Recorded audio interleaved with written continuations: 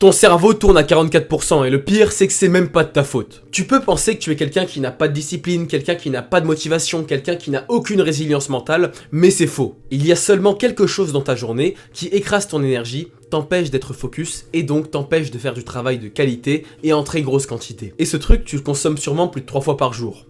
La nourriture que tu manges. Et ici, je ne te parle même pas de la quantité ni de la qualité de tes aliments, je parle surtout de quand tu manges tes aliments. Car oui, aussi surprenant que ça puisse paraître, à chaque fois que tu manges pour te donner de l'énergie, ton corps va d'abord utiliser de l'énergie pour digérer, et donc tu auras moins d'énergie sur le moment pour en avoir plus tard. Et c'est pour ça que dans les écoles, les amphithéâtres, les startups, etc., après la pause de midi, c'est The Walking Dead, plus personne n'a d'énergie, plus personne n'a envie de travailler. Sauf que toi qui veux produire du travail de grosse qualité, tu peux utiliser cette faille à ton avantage. Dernière chose, moi c'est Camille Thomas et j'aide les personnes qui travaillent beaucoup et qui sont débordées à retrouver leur temps, leur focus et leur énergie pour vivre une vie bien meilleure. On est parti avec la vidéo.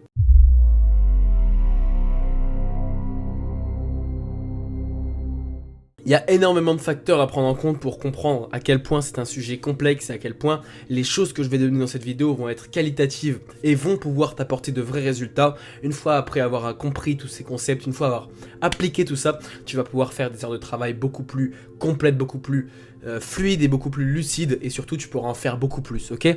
La première chose qu'on va interpréter, qu'on va comprendre, c'est la thermic effect of food, ok? Donc ça c'est toute la dépense calorique d'un individu chaque jour. Donc il y a la BMR, la NEAT, la TEF et la HIIT. Ok, en général c'est un truc de sportif, mais nous la TEF, la thermic effect of food, nous intéresse. Tu te rappelles tout à l'heure quand je disais que pour récupérer de l'énergie, ton corps devait d'abord en dépenser. Eh bien c'est exactement ça, la thermic effect of food, ton corps qui réchauffe la nourriture, ton corps qui digère cette nourriture. Il faut savoir que ça utilise de l'énergie, ça peut paraître insignifiant, mais ça en utilise quand même 10-15% et ça reste terrifiant. Ok, parce que cette TEF, cette thermic effect of food, tu ne pourras pas l'utiliser dans ton cerveau. C'est du sang qui n'ira pas dans ton cerveau, c'est de l'énergie qui n'ira pas dans ton cerveau. Ce qui fait qu'une fois que tu auras mangé, tu vas activer ce processus de TEF et donc tu auras beaucoup moins d'énergie. Ensuite, une fois que tu auras compris ça, il faut que tu comprennes qu'il y a également beaucoup d'hormones dans ton corps qui régissent tout ça, notamment le cortisol et la mélatonine. Le cortisol qui est très bas quand tu te couches et qui est extrêmement haut quand tu te lèves, ok? Et c'est pour ça qu'on n'a pas besoin forcément de manger dès le matin, parce que si c'est pour rajouter du cortisol quand le cortisol est déjà très haut, alors que notre mission c'est de le faire baisser tout au long de la journée, c'est encore moins judicieux. En plus de ça, imaginons que tu ajoutes un repas très dopaminergique, c'est-à-dire du KFC, des frites, du McDo, etc., des sodas, ça va augmenter ton taux de dopamine dans ton cerveau, ce qui fait que tu auras encore plus de mal à te concentrer quand tu voudras réellement travailler. Donc vraiment, il y a 3 choses qui nous posent problème et pour ça, j'ai trouvé des solutions. La première chose que j'ai mis en place et qui a été dévastateur, c'est de ne pas manger de petit déjeuner, ok? Si tu as regardé mon ancienne vidéo sur le Wake Up and Flow, donc le protocole de d'abord travailler et ensuite récupérer, tu sais très bien que selon ma méthode, il faut d'abord se lever, travailler et ensuite récupérer, manger, dormir, enfin, manger, se reposer, etc. C'est extrêmement important de ne pas manger simplement parce que tu vas te sentir beaucoup plus mou, tu vas te sentir beaucoup moins bien en général. Donc le premier repas de la journée qui est soi-disant le repas le plus important de la journée, donc ce qui est faux. Pour la petite histoire, c'est les agroalimentaires qui ont mis ça dans la tête de tout le monde pour pouvoir vendre des céréales pleines de sucre, comme si c'était normal, bref. C'est pas une théorie du complot, hein, c'est avéré. Bref, donc ne pas manger de petit déjeuner, ok? Si tu as faim, tu bois de l'eau, tu prends tes compléments alimentaires et également un café 60 à 90 minutes après ton réveil. Donc ça c'est simplement pour le cortisol comme on vient de voir juste avant, ça serait bête de le remonter rapidement.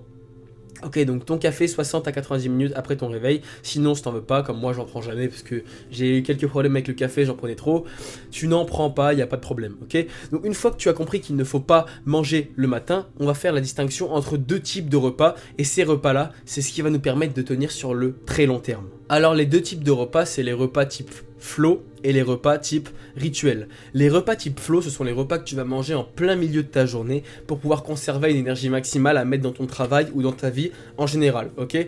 Donc avant qu'on passe sur le rituel qui va être vraiment cool et je te conseille d'écouter ça jusqu'à la fin, je vais développer le flow.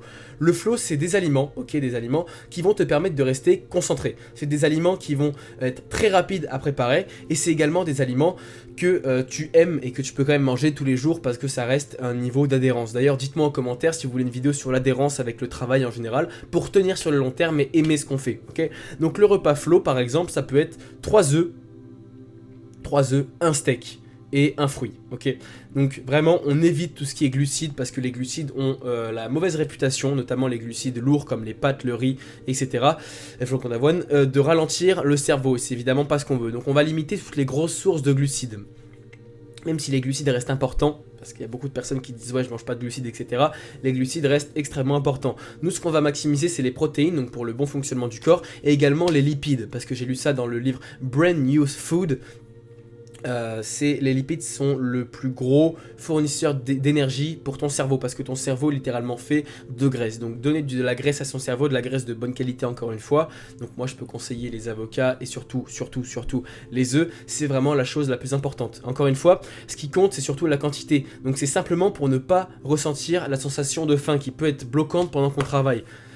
Donc vraiment ce que je conseille c'est un repas rempli en protéines et en lipides très faible en glucides, donc seulement 1 ou 2 fruits, avec une quantité très limitée. Donc vraiment, le but c'est pas de se goinfrer, c'est simplement d'être dans une position mentale et avec l'estomac qui ne fait pas mal mais qui n'est pas dérangeante non plus. Okay, donc ça c'est vraiment le repas flow, le repas qui sert uniquement à performer. Maintenant, le repas que j'appelle rituel, c'est le repas où tu vas pouvoir te faire plaisir. C'est le repas en fin de journée, une fois que tout ton travail est fait. C'est à ce moment-là que tu vas pouvoir te servir une énorme assiette. Et là, tu pourras te faire plaisir. Si t'es pas sportif, bon après, ça te regarde que toi, ton sport. Moi, je sais que dans tous les cas, je mangerai pas du KFC, du McDo parce que j'ai des objectifs sportifs. Mais à ce moment-là, ok, c'est là où tu peux taper tes glucides, que tu peux manger en famille, que tu peux même te divertir, regarder un film pendant que tu manges, etc. C'est vraiment le repas où tu te fais plaisir pour maximiser, encore une fois, l'adhérence. Ok, l'adhérence, j'en ferai une vidéo si vous êtes nombreux dans les commentaires à me le réclamer. Une vidéo sur l'adhérence. Et c'est grâce à ce système de rituels, de repas rituels et de repas flow que tu vas pouvoir alterner entre plaisir avec ta famille et ne pas te sentir frustré, mais également le meilleur travail de toute ta vie. Tu peux même sortir au restaurant, vraiment c'est ton repas rituel, fais-toi plaisir là-dessus pour ne pas te sentir frustré quand tu ne vas pas manger le lendemain matin et quand tu vas devoir taper ton repas flow le midi. Et j'aimerais surtout préciser quelque chose d'assez important qui arrive dans l'individualisation de chacun. Cette méthode, comme tous les systèmes que je vais partager sur cette chaîne, n'est pas figée, ok? Ça reste fluide. Tout ce que j'explique sur cette chaîne, c'est fluide en fonction de la personnalité de l'individu. Par exemple, je peux conseiller de manger des œufs, ok? Mais si tu trouves que tu digères mal les œufs, eh bien, tu peux simplement, si tu trouves que cet aliment... Par exemple, je peux conseiller de manger des œufs, comme je l'ai fait juste avant, mais si tu trouves que cet aliment te plombe, que tu n'arrives pas à le digérer, tu peux passer sur quelque chose de beaucoup plus simple. Par exemple, tu peux manger du blanc de poulet avec un peu d'huile d'olive, etc. C'est vraiment l'individualisation, donc je ne peux rien obliger, et surtout, j'ai personne à obliger, simplement conseiller, et surtout créer ton propre système fluide, pas un système rigide, pour que tu trouves les choses qui te conviennent le mieux. Pour ça, tu peux toujours suivre les grands principes que je donne, mais l'individualisation, donc avec les phases de test, les phases d'adoption, etc. C'est vraiment comme ça que tu vas trouver ton système à toi, parce qu'un système n'est jamais solide, sauf s'il est nul. Un système bon est toujours fluide. Je vais simplement revenir avant de finir cette vidéo sur 3 choses extrêmement importantes, mais qui sont quand même de temps en temps négligées, ok? Le café, l'eau et le mouvement. Le café, on en a déjà parlé. On évite 60 à 90 minutes après le réveil, ok? On évite également après 14-16 heures, encore une fois, comme on l'a vu avec le cortisol, l'hormone du stress, qu'on ne veut pas non plus spiker avant d'aller se coucher. Voilà, encore une fois, c'est quelque chose qu'on ne veut pas. Le café, si on le prend, on évite de mettre du sucre, ni du lait, etc. Donc vraiment, zéro nourriture, parce que quand tu penses que tu es en jeûne et que tu ne manges rien, si tu mets du lait et du sucre avec ton café, ça reste des calories, ça reste de la quantité, et du coup, il y aura quand même la thermic effect of food. Donc le café, c'est vraiment noir, et si on veut pas manger du café noir, on prend du thé. Okay. Ensuite, il y a l'eau. L'eau, c'est extrêmement important. Toujours avoir une bouteille d'eau près de soi pour ne pas oublier de boire. C'est en fonction de ton poids, de la quantité d'eau que tu dois boire, c'est en fonction du poids que tu fais. Moi, je fais 85 kg, je bois 3 litres d'eau. Vraiment, c'est en fonction de toi. Encore une fois, l'individualisation. Et pour finir, le mouvement. Donc, si tu veux que je fasse une vidéo sur le sport en entrepreneuriat, le sport pour être plus productif en général, fais-le moi savoir en commentaire ou bien en DM Instagram. Le mouvement, c'est simple, tu fais du sport de temps en temps et surtout, le plus important, tu fais 10 minutes de marche après tes gros repas, que ce soit le repas flow ou le repas rituel. Tu fais 10 minutes de marche, ça te permettra de mieux digérer, de ne pas te sentir lourd après ton repas. Donc vraiment, la marche, notamment en forêt ou bien si tu n'as pas le temps sur ton tapis de marche, comme moi j'en ai un, je l'ai déjà conseillé sur des vidéos. Voilà, donc voilà, 10 minutes de marche à pied, que ce soit sur le tapis de marche, dans la forêt, etc. Après manger, c'est incroyable, ça permet de mieux digérer, ça oxygène le cerveau, c'est génial. Si tu veux reprendre le contrôle de ton business, de ton temps et de ton énergie, si t'en as marre que ton business te roule dessus, te vole ton temps, ton énergie, ton focus et ta vie en général, et que tu veux reprendre le contrôle de ton business pour qu'il t'appartienne à la place d'appartenir au business, tu peux me DM go maintenant sur Instagram. On commence cette semaine pour que je transforme ta vie et ton business. Arrête de subir ton business, pardon, fais-le bosser pour toi. Alors arrête de subir ton business. Arrête de subir ton business, ton activité, ton salariat, etc. Fais-le bosser pour toi. Clique sur le lien dans la description si tu es réellement intéressé, si tu veux changer ta vie et récupérer les 3 monnaies les plus importantes pour l'homme pour récupérer ta liberté. Clique sur le lien dans la description et on s'y met ensemble. C'était Camille, à bientôt.